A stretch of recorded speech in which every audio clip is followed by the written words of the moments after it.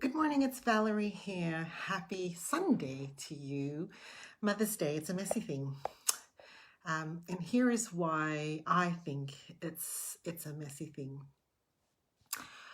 When you are a female, from the age of, depending how old you are, but pretty much by about adolescence, early adolescence, you have a monthly reminder of the possibility that you are able to inherit a role called motherhood.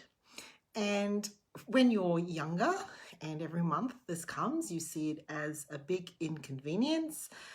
For some, it's terrifying. And as you grow, you quietly accept that this is your lot in life every month. And I think the desire of motherhood is a deeply biological one. As a woman, you can't run away from that monthly reminder until you hit a certain season in life. And along the way, we might then develop some desires that actually want motherhood, want to have children. And the monthly reminder becomes something of a hopeful watch. And for many of us, that hopeful watch then becomes devastating disappointment month after month after month, because you realize that having children is really not under your control. Though there is the possibility, and we are reminded every month that there is the possibility, the eventuality is not something we can control. And some of us will try to do our uttermost to get to that point of being able to produce children. And we'll soon realize that this is not possible. And I find that Mother's Day is a day that acutely separates women into different camps in very silent and quiet and sad ways, however. Whereas women have a tendency to be able to rally with one another, support one another, face adversity with one another, Mother's Day is a day that quietly divides us with grief, resentment, anger, hurt. And that is because it's the one area, I also have similar thoughts about Valentine's Day, but it's the one area of our life where we watch and we wonder why others are able to and some of us are not able to. And so Mother's Day is a messy business for that. For some of us, our relationships with our own mothers are messy.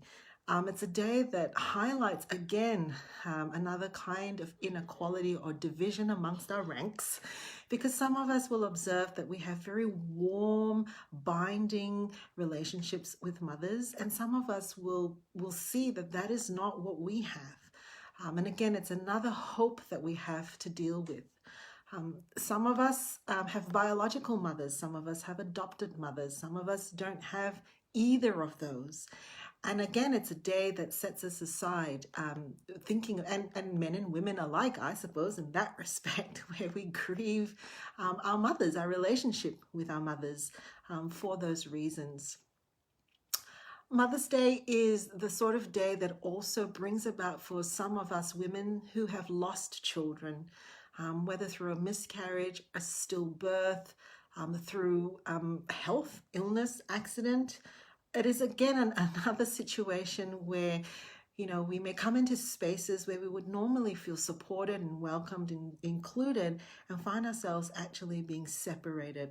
And thanks to social media, we now get booby-trapped. We actually have very little control over what's going to come to us.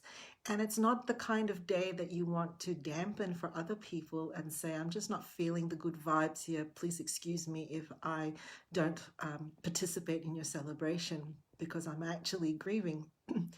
And so what I want to say is today is absolutely one of those days where if you need to put your phone aside and you need to switch off social media, it's probably not a bad thing. You can do that. If it's confusing for you, the dynamics that you're feeling like maybe you're being a bit of a Scrooge to other people's happiness, I think that's okay. I think you're just human, and it does bring about some conflicting emotions for some of us. And the thing is, it's pretty much once I tried to get away from Mother's Day, not because I was having a bad Mother's Day, but I just decided that, I wanted to get out of the whole hype of it. And For weeks, this was impossible because for about 2 or 3 weeks, everything was pink, yellow, polka dot, and fluffy. Flowers were everywhere. The words Mother's Day was plastered everywhere. It's really hard to get away from. And so today might be one of those days where if you feel like actually, kind of taking cover.